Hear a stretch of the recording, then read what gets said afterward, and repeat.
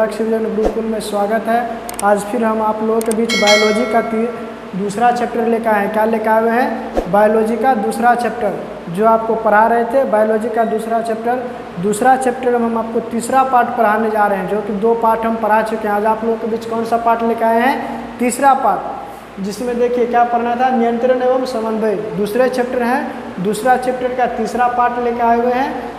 आप लोग जिस प्रकार से प्यार दिए हैं हमें, इसी प्रकार प्यार बनाए रखें। आप लोग ज़्यादा से ज़्यादा इस वीडियो को शेयर कीजिए, लाइक कीजिए, कमेंट कीजिए, सब्सक्राइब कीजिए। अपने दोस्तों को ज़्यादा से ज़्यादा वीडियो शेयर कीजिए। देखिए हम अब आपको पढ़ाने जा रहे हैं इसमें क्या चीज़ के बारे में? पादपों में समन्वयन। क्या चीज़ के बारे में पढ़ाएंगे? पादपों में समन्वयन। पादपों में समन्वयन कैसे होता है, यानी कि पादप कहने का मतलब होगा पेड़ पौधे। पेड़ पौधों में समन्वयन कैसे होगा? तो देखिए पादपों में रासायनिक समन्वय पादप हार्मोन के कारण होता है। कैसे होगा? पादप हार्मोन के कारण होता है। पादपों में हार्मोन अपने कुछ विशिष्ट भागों को, यानी कुछ में विशिष्ट भाग होता है, कुछ अलग भाग होता है जो प्रभावित करने के लिए पादप विशिष्ट भागों को प्रभावित करने के लिए पादप विशिष्ट हार्मोन को उत्पन्न करता है। यानी कि मान लीजिए, इसका सिंपल कहने का मतलब हो गया, जैसे किसी बैच में 10 स्टूडेंट पढ़ते हैं, 10 विद्यार्थी पढ़ते हैं। उस 10 विद्यार्थी में से मानिए आपको 4 विद्यार्थी जो बहुत ही होनहार है, बहुत ही पढ़ने वाला है, तो उसको एक्स्ट्रा टाइम दिया जाता है ना। टीचर एक्स्ट्रा टाइम देते हैं, दे के पढ़ाते हैं। उसी तरह यहाँ दिया है, जो पादप में एक विशिष्ट प्रकार का विशिष्ट हार्मोन उत्पन्न होता है, जिसके कारण क्या होता है, वो अपने भागों को प्रभावित करते हैं, यानी कि उसमें काम करता है। उसी तरह जैसे हम लोग को जो अच्छा विद्यार्थी रहता है, जो अच्छा रिजल्ट देता है, उसको एक्स्ट्रा टाइम दे के पढ़ाते हैं ताकि हम लोगों का और भी नाम हो। इसीलिए उसी तरह हम ये सेंस, जो सेंस विद्यार्थी को लागू किए हैं, वही सेंस यहाँ भी लागू कर लेंगे। तो अब देखिए इसमें हम पादपों में समन्वयन 2 तरीका से पढ़ेंगे। कितने तरीका से? 2 तरीका से। पहला तरीका में क्या पढ़ेंगे? पादपों में गति। क्या पढ़ेंगे? पहला तरीका पादपों में गति के अनुसार। और दूसरा पढ़ेंगे क्या चीज़? वृद्धि के कारण गति। दूसरा में क्या पढ़ेंगे? वृद्धि के कारण गति। तो देखिए अब हम पहला के बारे में देखते हैं। गति जो वृद्धि पर आश्रित है। क्या? गति जो वृद्धि पर आश्रित है। दूसरा गति जो वृद्धि मुक्त है। दूसरा क्या है? गति जो वृद्धि मुक्त है, जो गति को करेगा लेकिन वृद्धि नहीं होगा। तो इसका कहने का मतलब क्या हो गया? इसका एग्जाम्पल देखिए, गति जो वृद्धि मुक्त है, तो इसका कहने का मतलब हो गया, छुई मुई की पत्तियाँ। छुई मुई का पेड़ होता है जिसको हम लोग लजबंती कहते हैं। उसको मान लीजिए अनचोक में भी उससे आप टकरा गए, चाहे उसमें आपका शरीर टच हो गया, तो मुरझा जाएगा। तो वही कहता है छुई मुई की पत्तियाँ छूने से मुरझा जाती है। क्या होती है? छूने से मुरझा जाती है। उसके बाद दूसरा पॉइंट में हम बताएं आपको, वृद्धि के कारण गति। अब कैसे करेगा? वृद्धि के कारण गति करेगा। तो पहला क्या करेगा? प्रकाशानुवर्तन। प्रकाशानुवर्तन कहने का मतलब हो गया, मान लीजिए इस रूम में हम एक पौधा लगा दिए एक गमला में, और ये विंडो हम खोल दिए, ठीक है, सामने वाला विंडो खोल दिए, और इधर ही से हमको धूप आ रहा है इसी विंडो से। अगर इसी विंडो से जो धूप आया, तो जिधर धूप आएगा उधर मेरा पौधा क्या करेगा? मुरझाएगा, सूरज की ओर घूम जाएगा। तो वही क्या हो जाएगा? प्रकाशानुवर्तन। उसके बाद देखिए, तो वही बताए हैं तने की प्रकाश की ओर गति, यानी कि इसका जो तना होगा किधर हो जाएगा? प्रकाश की ओर घूम जाएगा। मान लीजिए इधर से धूप आ रहा है तो इधर घूम के वृद्धि करेगा, इधर से आ रहा है तो इधर घूम जाएगा, सामने से आ रहा है तो सामने घुमा रहेगा। तो वही हो गया तने की प्रकाश की ओर गति। उसके बाद दूसरा बताए हैं गुरुत्वानुकर्षण। दूसरा क्या बताए हैं? गुरुत्वानुकर्षण। तो आप भी जानते हैं गुरुत्वा बल पढ़े हैं ना। गुरुत्वा बल कहाँ लगता है? पृथ्वी के नीचे न लगता है, अंदर न लगता है, पृथ्वी पर न लगता है। तो वही दिया है गुरुत्वानुवर्तन, यानी कि जो जड़ के अंदर काम करे, जड़ की गुरुत्व बल की दिशा में, यानी कि जो हमारा जड़ होगा वो पृथ्वी के अंदर होता है, नीचे होता है ना, तो उसी नीचे में काम करेगा, यानी कि जड़ बढ़ेगा, फैलेगा। वही हो गया जड़ की गुरुत्व बल की दिशा में। उसके बाद तीसरा देखिए जलानुवर्तन। जलानुवर्तन कहने का मतलब क्या हो गया, जहाँ हमको जल मिलेगा, जहाँ पानी मिलेगा। जैसे एक पेड़ है, बहुत बड़ा पेड़ है, तो मान लीजिए क्या पानी चाहिए, तो इसको तो पानी कहाँ से लेगा, जड़ के माध्यम से लेता है ना। तो मान लीजिए यहाँ पे एक पेड़ है, मान लीजिए सपोज डैट माना कि यह एक पेड़ है, यह क्या एक पेड़ है, इसका ये जड़ है, आपको जड़ यहाँ चल गया। यहाँ मान लीजिए तालाब है, पोखर है, गड्ढा है, तो ये जड़ यहाँ चल जाएगा ना, कहाँ जाएगा, क्या कि इसको पानी चाहिए, यहाँ से क्या चाहिए, पानी चाहिए, तो इसीलिए वो यहाँ तक चल जाएगा। तो वही क्या हो गया, जलानुवर्तन, यानी कि जहाँ से उसको पानी मिलेगा वहाँ चल जाएंगे, चल जाएगा। ये हो गया जलानुवर्तन। उसके बाद है रसायनानुवर्तन। तो रसायनानुवर्तन कहने का मतलब क्या हो गया, पेड़ पौधों को भी भोजन चाहिए, खाने के लिए शरीर में एनर्जी चाहिए, उसी तरह पेड़ पौधे में भी चाहिए वृद्धि करने के लिए। तो जहाँ इसको रसायनानुवर्तन यानी कि जहाँ इसको खाद मिलेगा वहाँ चल जाएगा, वहाँ से अपना पूर्ति कर लेगा। समझ गए। उसके बाद आगे देखिए, यहाँ तक बता दिए, फिर आपको अगला पॉइंट हम बताए हैं, क्या चीज़, तो ये दोनों तो पढ़ लिए। अब दूसरा पॉइंट पढ़ाए हैं पादप हार्मोन, यानी कि पादप हार्मोन। ये पादप में क्या पढ़े, समन्वयन पढ़े। अब क्या पढ़ेंगे, पादप में हार्मोन, यानी कि पेड़ पौधा में भी हार्मोन होता है। तो क्या होगा हार्मोन, इस हार्मोन का क्या काम है, तो देखिए यहाँ पादप हार्मोन। पादप हार्मोन पौधों में पाए जाने वाले रासायनिक पदार्थ, जो पौधे में पाया जाता है, क्या वो रासायनिक पदार्थ है। ये पदार्थ पौधों में नियंत्रित और समन्वयन का काम करते हैं। ये क्या करते हैं, पौधों में नियंत्रित एवं समन्वयन का कार्य करते हैं। पादप हार्मोन निम्न प्रकार के हैं। पादप हार्मोन क्या है, निम्न प्रकार के हैं। समझ गए, पादप हार्मोन निम्न प्रकार के हैं, जो नीचे लिखा हुआ है। क्या लिखा हुआ है, पहला ऑक्सन, क्या लिखा है, ऑक्सन। तो ऑक्सन में क्या होता है, यह प्रोरोहक के अग्रभाग टिप से संश्लेषित होता है तथा लंबाई में वृद्धि करता है। ऑक्सन का क्या काम है, सिंपल समझिए, ऑक्सन का काम है, ऑक्सन हार्मोन का काम है जो पादप में क्या करेगा, लंबाई बढ़ाएगा, पेड़ पौधे को बड़ा करेगा। कौन चीज़ से बड़ा करता है, ऑक्सन हार्मोन पेड़ पौधों को बड़ा कर देगा। क्या कर देगा, बड़ा कर देगा। तो वही था।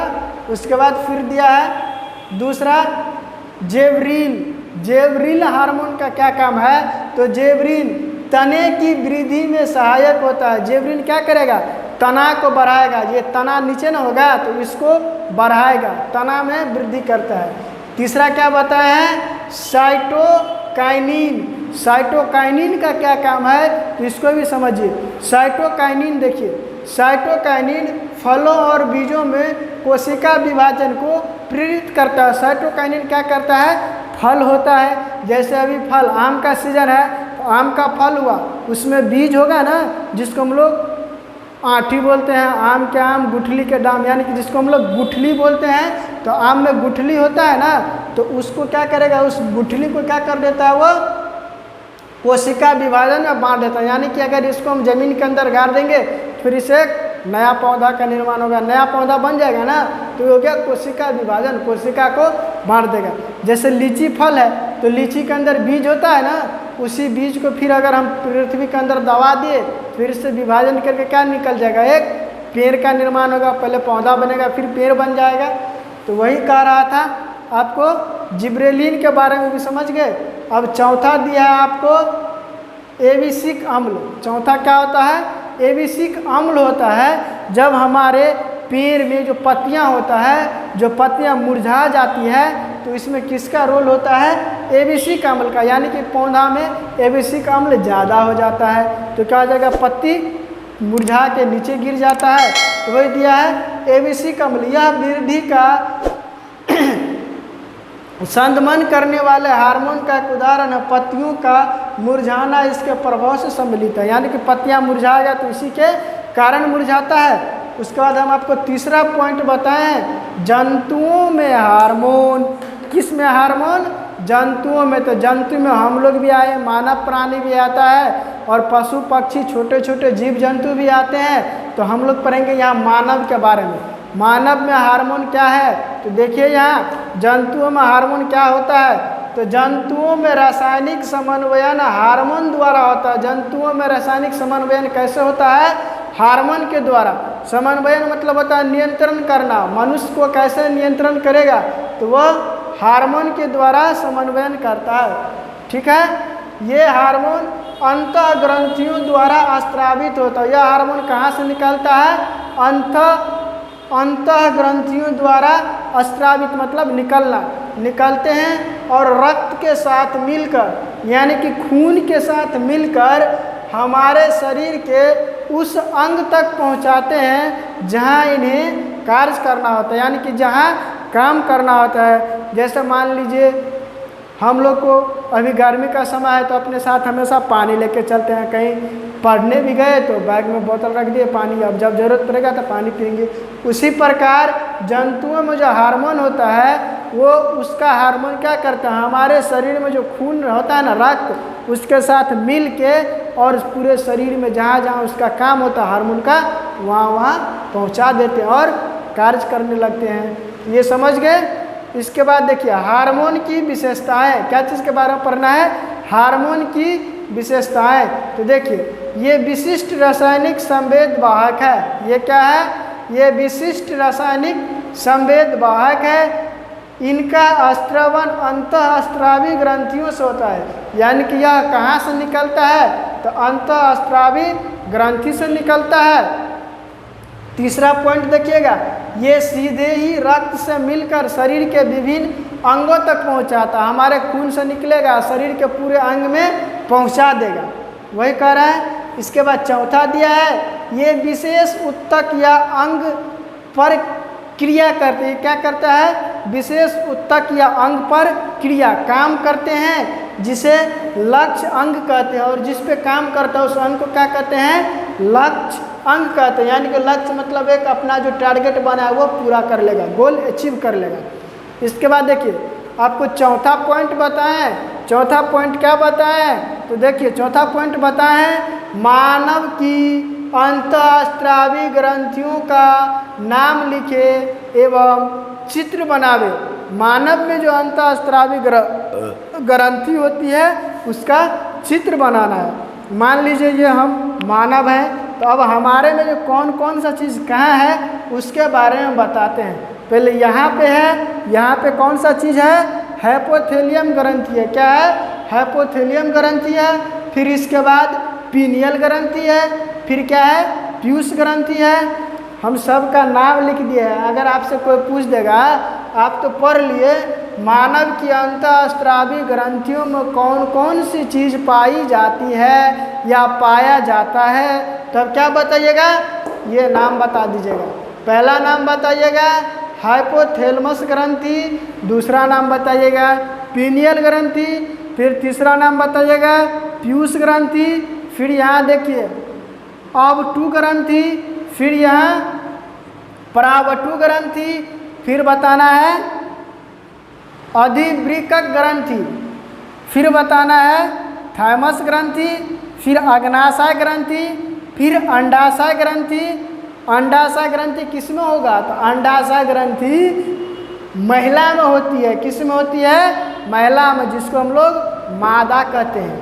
पुरुष में सिर्फ यहाँ पे हो जाएगा वृषण। जैसे यहाँ पे अंडाशय है तो अंडाशय महिला में हो गया। अगर पुरुष में दिया रहेगा तो यहाँ देखिए पुरुष में वृषण दिया हुआ है और सब कुछ सेम रहेगा। इसमें किसी को कोई दिक्कत नहीं होना चाहिए। आपके बुक में फिगर दिया हुआ है, बुक से आप लोग जहाँ इसको नोट कीजिएगा तो फिगर बना लीजिएगा। इसीलिए हम यहाँ लिख दिए मानव की अंतःस्रावी ग्रंथियों का नाम लिखिए एवं चित्र बनाएं। तो आपके बुक में दिया हुआ है। जैसे यहाँ नर का यानी कि पुरुष का फिगर बना हुआ है, इधर महिला का फिगर बना हुआ है, इसी तरह दर्शाया हुआ है नाम के साथ। तो हमने फिगर नहीं बना के नाम के साथ दर्शा दिया और आपको फिगर घर पे बनाना है। ये हम आपको इसलिए बताएं ताकि याद रहे। कोई पूछ देते हैं जो आपको नॉलेज के लिए, तो इसको भी देखना है। ठीक है, यहाँ तक आपको समझ आ गया होगा, उनको पूरा विश्वास है। आप लोग ज़्यादा से ज़्यादा वीडियो को शेयर कीजिए, चैनल को सब्सक्राइब कीजिए, लाइक कीजिए, कमेंट कीजिए और मेरा मनोबल इसी तरह आप लोग बढ़ाते रहिए जैसे बढ़ाए हैं। बहुत कम समय में लाइव का भी ऑप्शन आ गया यूट्यूब की तरफ से, आपको तो मैंने बताया ही था। इतना कम समय में आप लोग का प्यार ही था जो इतना हमें कम समय में मिल गया। ठीक है, इसको याद कीजिएगा और सब इसको नोट कीजिएगा, इसका फेयर कॉपी बनाइएगा।